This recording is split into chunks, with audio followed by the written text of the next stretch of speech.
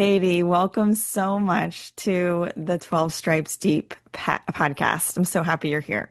Oh, thanks for having me. Yeah. So Katie has started the Shiloh IVF ministry, which I've seen pop up on my Instagram here and there. And so I was so curious because I'm very passionate about IVF ministry as well. And so I did some exploring on the website and was just so pleased to see there's nothing like it, Katie. So first of all, I have to know what inspired you to create this website, this ministry. I assume you have some experience with IVF. Will you tell us a little bit about that? Sure. So, my husband and I have really experienced infertility throughout the duration of our 20-year marriage. We did adopt our oldest, kind of through traditional adoption. And then and we didn't really care so much about what our infertility diagnosis was at the time. And then when we were ready for number two, the adoption route wasn't quite going like we had hoped. And we decided, okay, well, we might as well get our infertility looked at. And we were essentially told it's male factor infertility. We were told that IVF would be our route for treatment. We kind of tried to delay that and continued to look at adoption. Things weren't opening up for a variety of reasons, both from our own personal history as well as agency stuff. Um, so then we decided, well, we're not seeing anything else out there in church or anything else, so we're By gonna other pursue. things, by other things, But you mean like we other didn't medical see, options? yeah. I Yeah. mean, I felt like that was back in, 2004-ish, Okay. when we Yeah. got married, 2006. Like I didn't see anything related to infertility, Like not, NAPR not, technology or anything like yeah. that. I mean, Right. um, it was not what I saw around us. Sure. We had a Absolutely. fertility clinic within 2 miles. Yep. So we didn't see anything. And we had contacted our priest and talked with him a little bit, but he wasn't really sure of how to minister to us. And so we did end up deciding to pursue IVF. We had at that time 16 embryos that were created. Is Um, that a normal amount, like, of Actually, embryos I to take that create? back. I get my numbers all confused. Oh, that's okay. We had I had 16 eggs harvested and 12 embryos Okay. created from that amount. That I whether that's typical, I mean, I know there's extras created in the For process sure. just because at every step in IVF there's some death of either cells or Right. embryos at whatever Right. phase. So they intentionally, that's the goal. They intentionally create a lot of embryos because they know not all of them are going to be perfect, correct? Correct. And the fresh cycle is much harder on the woman than a frozen cycle. As far as medicines are costly, the procedures are costly because they have to do the egg. Okay, you said fresh cycle versus frozen cycle. What does that mean? So a fresh cycle is generally where they are harvesting eggs. So you're taking medications to increase the number of eggs you release, Right. follicles you release. And then they harvest the eggs and then have them growing in a lab and introduce them to the male sperm Okay. to Right. create the follicle. They grow for several days and then they're implanted back or transferred. I shouldn't say implanted, Right. transferred back into the woman. And a Okay. frozen cycle is once those embryos have grown just a little bit more, then they put them in cryopreservation. Okay. So the frozen embryos. Yes, Okay. Gotcha. that is the using so the frozen cycle is one that is using frozen embryos. I see. Okay. Thank you for explaining that. Yeah. So that process, the frozen cycle process is generally there's less meds because you're not having to stimulate follicles that aren't Okay. typically stimulated in normal reproduction. And So, and there's a little less, it's less expensive. Okay. Okay. So anyway, we had 12 embryos that were created at that time. Okay. From the time they initially started growing, we had, I guess, five more die in that few days Okay. until our first fresh cycle.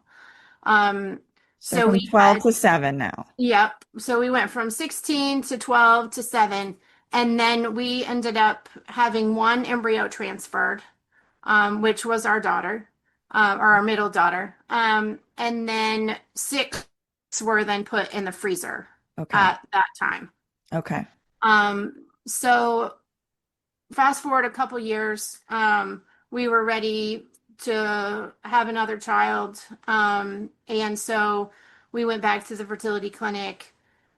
We, I believe, miscarried with an embryo that was transferred, and then went back again and had our youngest daughter. Okay. So now you have four So we have embryos three. left. Or We have three? four left, Four. three children. Uh, Right. Gotcha. Okay. and so we had these four left, and the life, busy family life, we were like, oh my gosh. And so at the time, we just kind of put them in the back of our minds and tried not to really think too much about it. Sure. My husband was actually the one who kept bringing it up, like, we have these children in the freezer. What are we going to do with them? I'm like, I don't know, but we're busy. We're a busy family. I don't know that we can take on any more kids right now. Sure. Yeah. Um, so then there were a couple of family life things going on, with extended family, friends, that really started deepening my prayer life. I did not grow up Catholic. Okay. So I was always, um, afraid kind of the rosary, or thought it was tedious and long, and like, Yeah. that, why would I say the same thing over and over again? But then that, I didn't quite know what to say, so I started praying the rosary, and really started journaling and all kinds of things. God was working in my heart. And we were reviewing kind of budget, thinking about the cryopreservation expense every month. That's a typical Oh, thing that you review your budget, and like, yeah. we have this $40 that's coming out every month. Why? So it was something very simple, but it sparked, um, a big, like, aha moment. Um, and so I began praying for our snowflakes, is kind of how I put it in my journal, just wrote the word snowflakes like a code, and had this epiphany of like, oh, these are our children and they're in the freezer. God gave us these kids to parent. We always wanted a big family. We need to save them, because who needs to sit in the freezer for a long time? So that's interesting. Before, when your husband was saying it, you were just kind of like, we're busy. You didn't have that click in your brain No. until after you started to say the rosary, even just Yeah, it was like a casually. big It thing. was Yeah. kind of like a eureka moment where something, Yeah. okay, Yeah, definitely. And so I went to him. I'm like, oh my gosh, these are our kids. We need to do something. And he's like, I'm game. Let's do it. So we ended up with those final four, trying to transfer them as fast as we could. They were frozen in pairs of two. So we had two transfers. One, we had the first two transferred and we miscarried with those. okay. And then the second two did not survive the thawing process. Oh So that's man. kind of our IVF experience in a nutshell. By the time we were at the final four, we really didn't, we had a conversion of heart Yeah, of about IVF at the same time that we're thinking about these embryos, like, oh, this really isn't how God intended things sure. to happen. And we really didn't want to go through it again, but we kind of decided this is the way we save our children. Yeah. And this is how we go about it. And we're willing to endure any scar that might be on our soul Mhm. for their souls. Um, and so it became a little different. And so after that experience, I was like, what can we do? We have like miscarriage, we have infertility, we have IVF, we have conversion about thought in IVF. Like, I don't see anything out there, that's kind of sharing that experience. So I started looking to see where I could share somehow. And yeah, that was a couple years ago. At that time, people really weren't talking about IVF, and I think it's like a weird, scary thing because especially in the Catholic Church, infertility experience is a little different because you've got the families who are like crazy big and they're promoting their fruitfulness, and you're also being told that you're not supposed to be doing this treatment Yeah, that's it's otherwise crazy. recognized. Right, So right. it's kind of a weird place to be. Um, and I think to people who are tackling infertility ministry, it's like a weird Pandora's box that you don't want to open as far as talking about IVF because you don't want to promote it, but you need people to know about it, and Right. you don't want people to like say, oh, let me, like, this person did it. That means I can do it. Hmm. Um, Hmm. so I think it's kind of a weird place to be, but I was slowly sharing, and as I reached out, I was trying to figure out how to write or whatever. I'm not a writer, so um, that is not my skill set. But however you share an experience is what I wanted to do, Yes. or felt led to do. And so, as I was reaching out to different organizations, I was reaching out to Springs in the Desert and the Fruitful Hollow, and seeing if I could write it for different blogs. And within the Fruitful Hollow, they actually got back to me and said, our theological editor is working on this post IVF ministry. Would you be willing to for them to get in touch with you guys? I'm like, sure. That is like even better than just the infertility piece. This is something that I can specifically touch. Absolutely. Um, Yeah, I think you bring a lot of credibility because of your experience it, through I, it. so yeah, Absolutely. Yeah. I mean, I get what you're saying about like you don't want people to think, "Oh, she did it, so I can do it." But I think you've see, it's hard for me to hear people who talk about infertility who haven't experienced infertility as an infertile woman.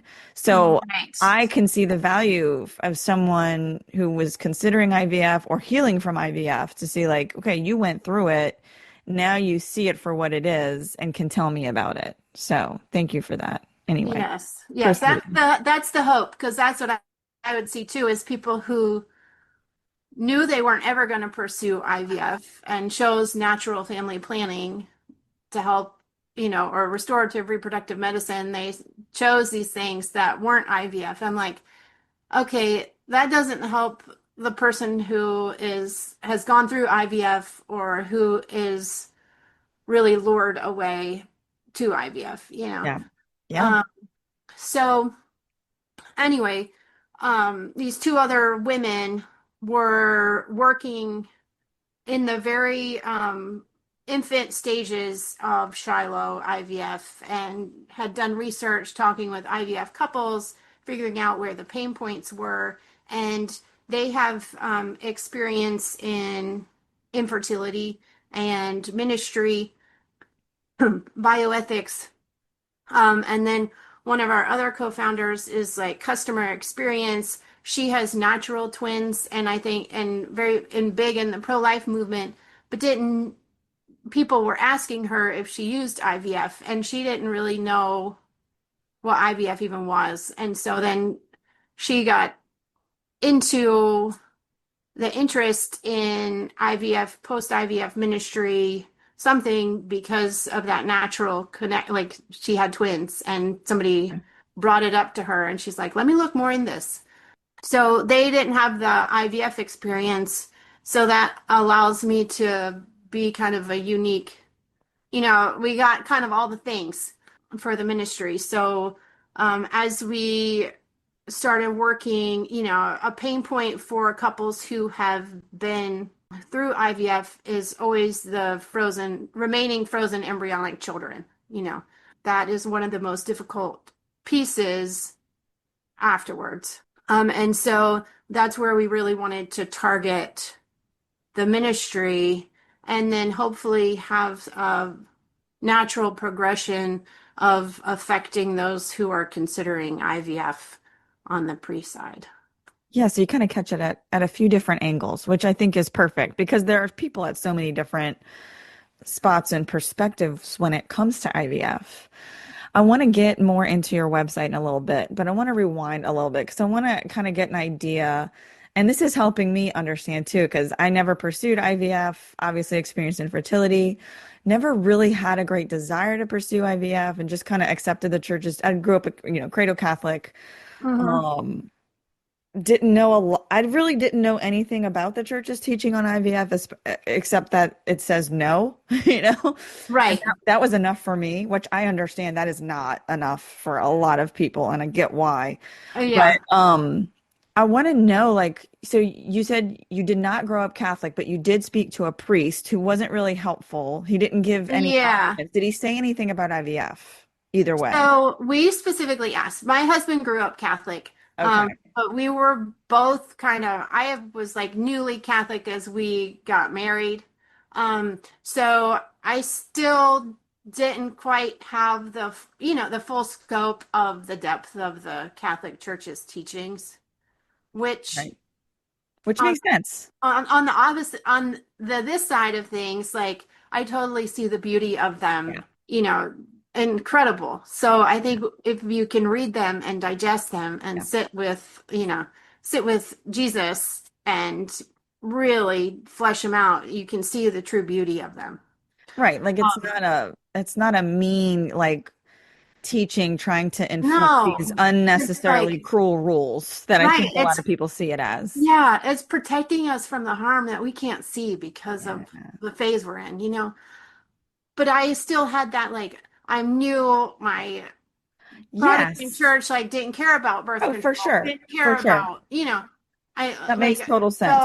I was still anyway new in it. So we talked with the priest. My husband was much more concerned about it than I am. Like I am a nurse in background, so medical terminology is like just part of my nature. Mhm. So medical procedures and that sort of thing wasn't anything I was scared of. It was something that was natural to me. It's just one more thing that's like crazy in the world.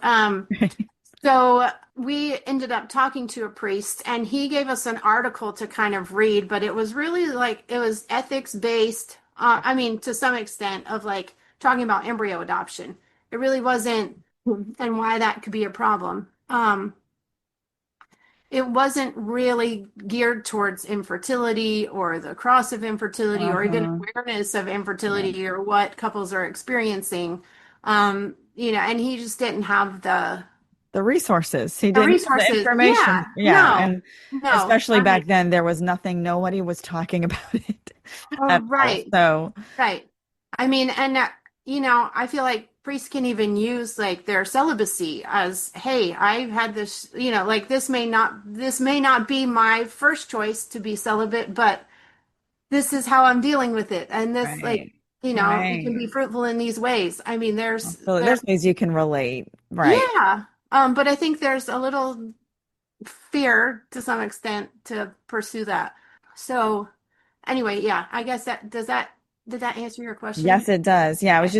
I was curious about where y'all were falling in that because there's such a spectrum. I'm curious when you were going through the process and you had no reason at that time to believe like there was anything morally wrong, really. Maybe like a little bit, but you just didn't see it, especially because you didn't grow up Catholic. I want to know, like, how did it feel? Did it feel like, I know you didn't think that there was anything wrong with it, but could you feel, maybe in retrospect is a better way to ask, was there anything like natural law related that this just didn't feel right? Or, did it feel like just this sterile procedure? It just felt like you were going to through a doctor, a series of doctor's events. How are you feeling through the Yeah, process? that's a great question. It's interesting because I think the first couple times it felt to some degree, I mean, it's a medical procedure, so it doesn't feel the same. So but the first couple times I really didn't see it. I saw the hope in it. Um, Right. and like we're actually doing something that's moving us towards our goal of having children. And I still kind of felt like, we are just as united as any other couple that is trying to have kids. Because you because feel like you were united in your decision? yeah, are united Okay. in decision, united in our grief, united in Yeah. our, just trying to work together on it, and in our sadness and, Yep. um, so that's kind of how I felt we were praying, like, Mm. in the midst of it. Yeah. But then when we went back and we had our four remaining children in the freezer, and we had kind of understood the church's teaching a bit more, and went through it again, having had this change in heart, everything felt different, and I could see all the flaws in it. Okay. I was thinking as we were going in, like, it's not supposed to be the doctor that's between my legs, like, Hmm. transferring this embryo. This is supposed to be a loving embrace between my husband Hmm. and I. And my Hmm. husband is actually standing to the side holding my hand. Yeah. And the doctor is who I'm looking at. Like, It just that's became clear like, for you. yeah, it Yeah. did. And thinking of terms of the child, right? Your child is like, I don't know, they're supposed to be housed between your husband and you until they're grown and, like, ready to be born. They're not supposed to be sitting on a shelf out there, in the lab. Yeah. And so I think as we thought about all those different things and going in, it was like, oh, you know, I see we're not, I mean, on an emotional level, we were unified. Hmm. But It's good. the lack of this physical unification, which actually houses, like, love and protects our child, is not there. And so our child truly wasn't conceived by our loving embrace. It was More of conceived, an they were indirect result. conceived, yeah, they were conceived by the doctor Yeah. in the lab. And, like, that's, I mean, I don't know, that's sad. Yeah. I appreciate you sharing that. Thank Well, you for it's well, being it's so great that vulnerable. like, our kids are tremendous gifts. I Absolutely. kind of mourn for that piece for them, you know. Mm. And they may, I mean, hopefully they'll never, like, that won't ever impact them, but I Yeah. don't know, Yeah. you know.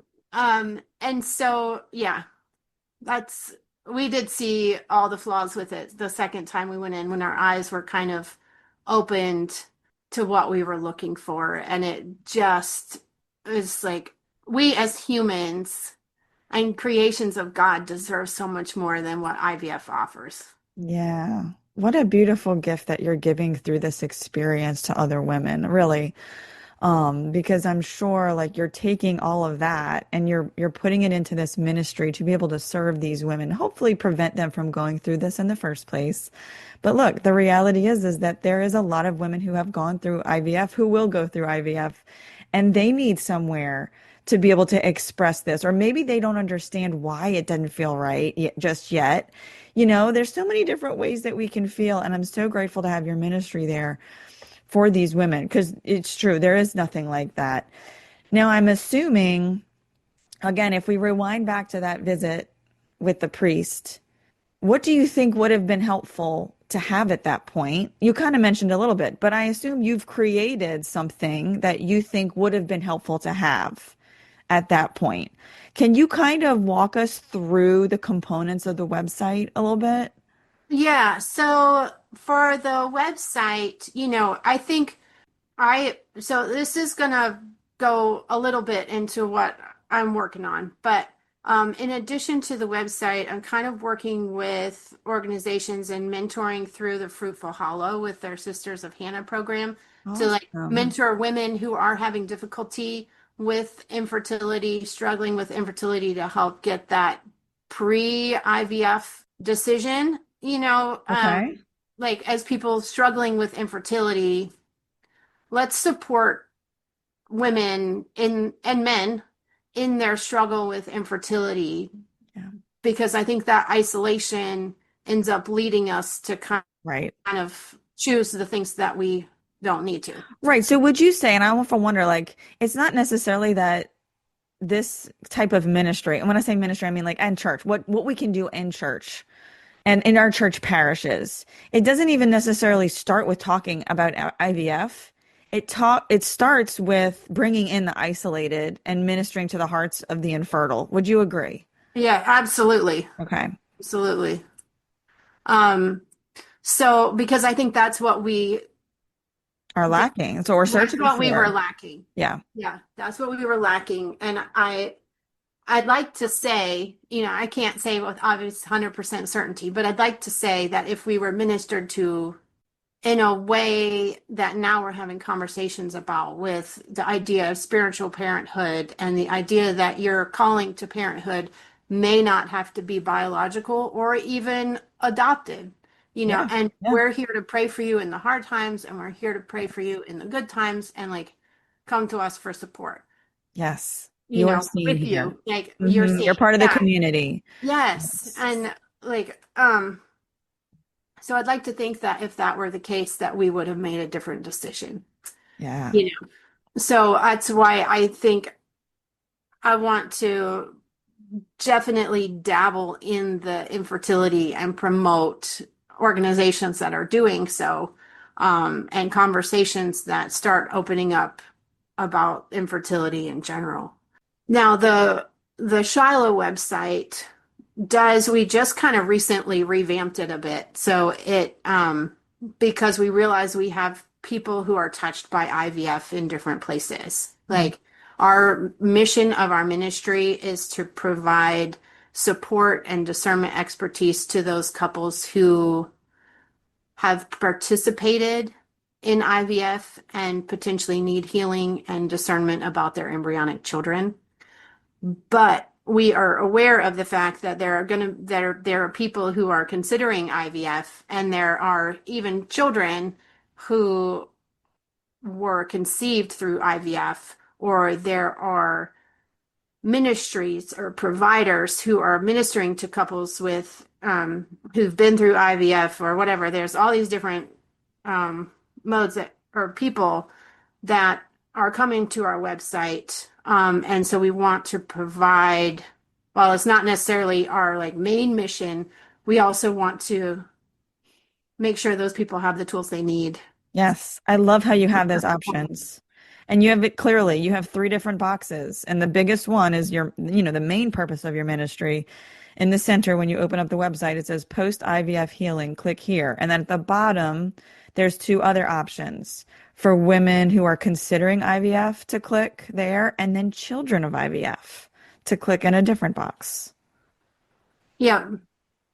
So we're hoping that by making those options, we can provide tools for people, but also see like since we're new, I mean, we're new, we're figuring the ministry out and who needs what.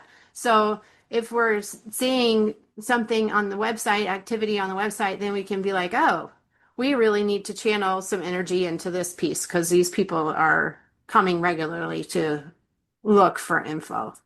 That's Um, great. so that's kind of what we have on the website. We've got a lot of education materials, both like just general kind of bioethics, secular resources, as well as Catholic resources. We want to be open to anyone of, Perfect. any background that needs healing or discernment expertise. But we are doing it through a Catholic lens. Um, and we have an honoring page. So if somebody has embryos out there or they Hmm, are frozen, or if they have embryonic children who have died, we'd love for people to honor them on our page. And, and beautiful. then we have You have a we also minute. have like a testimonial because there's not a whole lot of option. I mean, the ways that people go about sharing their IVF experience is limited. Hmm. And so we're we would love for people to share about their experiences to give people a real world view, either, positive, negative, whatever it is. We want people who especially have had any regret with their IVF and needed healing after IVF. It's a complicated subject because we have two children that, two living children that were born of IVF. So it's hard to say the word regret Right. in it, and I think people have trouble with Articulating feeling, these things. yeah, articulating it Yeah. and feeling opposite emotions about something, right? Like Yeah. Like I the can, both and like I can both yeah, love my child and know they are a gift from God, but also I the can grieve the for this circumstances process. of Yeah, their conception were yes, not perfect. yes, and Yeah. I kind of live with both the pain and the joy of IVF, Yeah. and the hurt and and the good, like. So, I think people want to be like, it's all or nothing. It's either terrible or it's great. And it's both, It's yeah, it and they're like, it can, it's just this uncomfortable, like weird kind of it's not yeah, I totally get yeah, what you're saying. And it's kind of like with secondary infertility. I feel like those people don't really know where they fit because they've had a child, so they're not like they don't fit in necessarily or feel like they fit in with the primary infertility folks, but also they very much long to have another child, and it's just like this uncomfortable middle ground where we have to be okay with feeling the discomfort of it. It can't be clearly articulated necessarily, and but you're sitting with these people in this space and giving them the permission to feel that both and, which I think is very important. And I see here on the website that you also have mentorships, like people can work one-on-one. yes, yeah. So we have mentors, and so somebody reaches out to us saying, I have they're allowed to share what they want about their IVF experience on the website and their initial contact with us. So it might be just a sentence of like, we participated in IVF, I need healing, or whatever.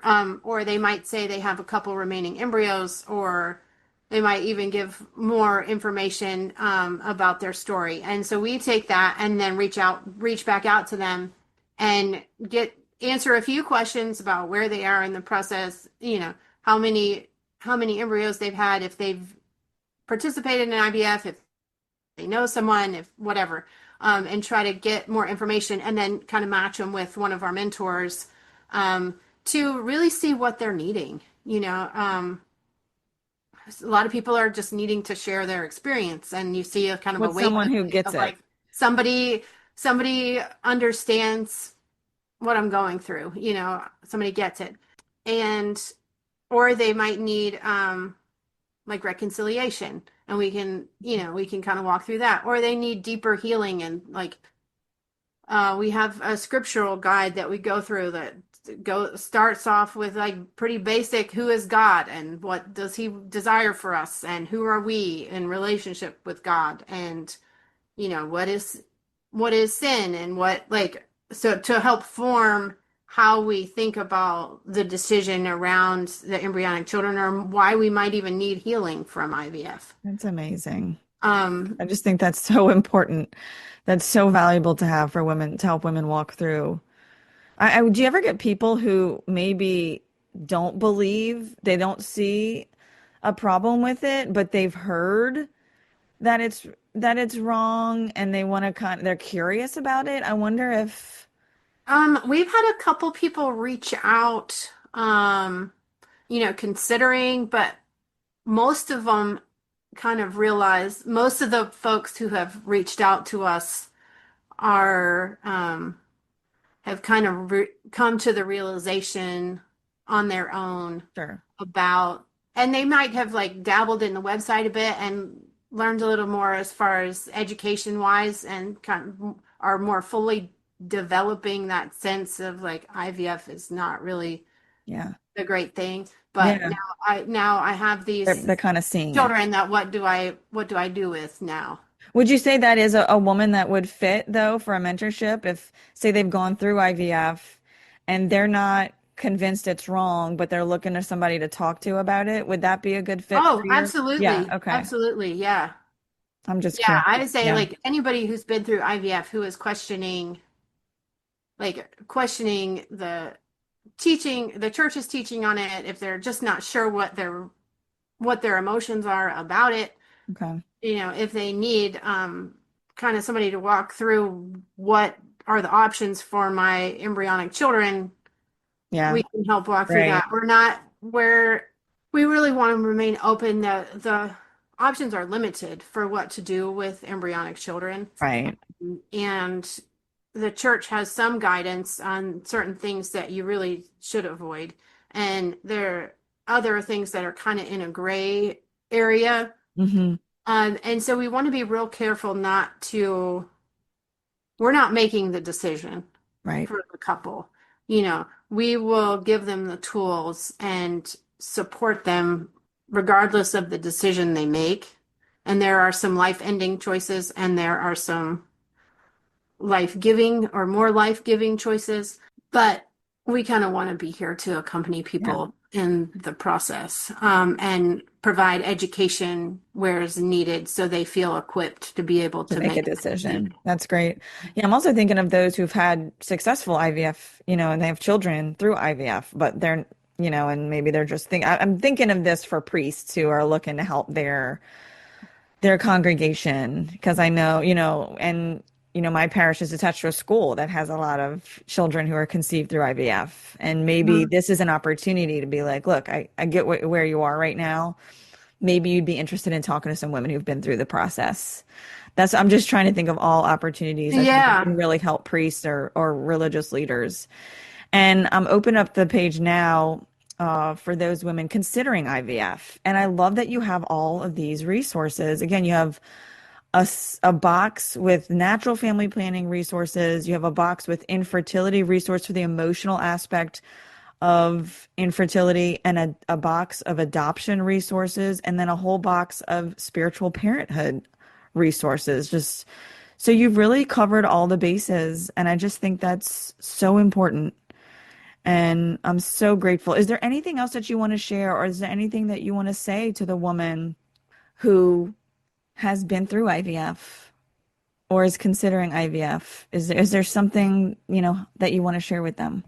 Well, I think one of the things that I, I mean, we do it with Sisters of Hannah anyway, but just telling people that, God loves them and God is working in them even as we speak, and He's doing amazing things. I know sometimes we think He can't hear us, but He does. And He works in His own time that we don't always know. And I think we can look and recognize like how we're already being fruitful. Whether we've gone through IVF or whether we're like considering it, there is amazing fruitfulness that I know our language can't quite keep up with just yet. In each woman, and there is a spiritual maternity, especially in women. Like that's what we're built for, both biological, adoptive, spiritual, like they are equally important. And each one is like, we're motherhood, right? And like we need them all. Yes. And so I think we sometimes limit what we feel about fruitfulness. And anyway, we each have a discernment in our own parenthood of what that's going to look like. And sometimes we're kind of forced down one path, and we don't get a certain choice. And that's kind of how life is in general. And that's okay. I Yeah, think that's that's how, okay. it's okay. All the options are okay. And that's actually what creates a beautiful motherhood is that we have all of them, you know? Love that, Katie. Thank you so much. I want to Mhm. spell this website for you. It's SHILOHIVF.com. You can also find Shiloh IVF on Instagram, and be sure to explore the Fruitful Hollow. And you said it's the Sisters of Hannah. Sisters of Hannah Ministry. Yeah. Yep. As well. And Yep. Katie, thank you so much for being here. Your ministry and you are a gift. Yeah. Awesome. Thank you so much for having me.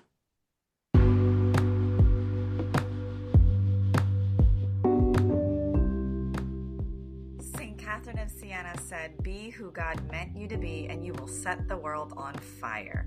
I hope you enjoyed this episode and that it lit a little match in you. You can visit my website at marygbruno.com and follow me at White Lotus Blooming.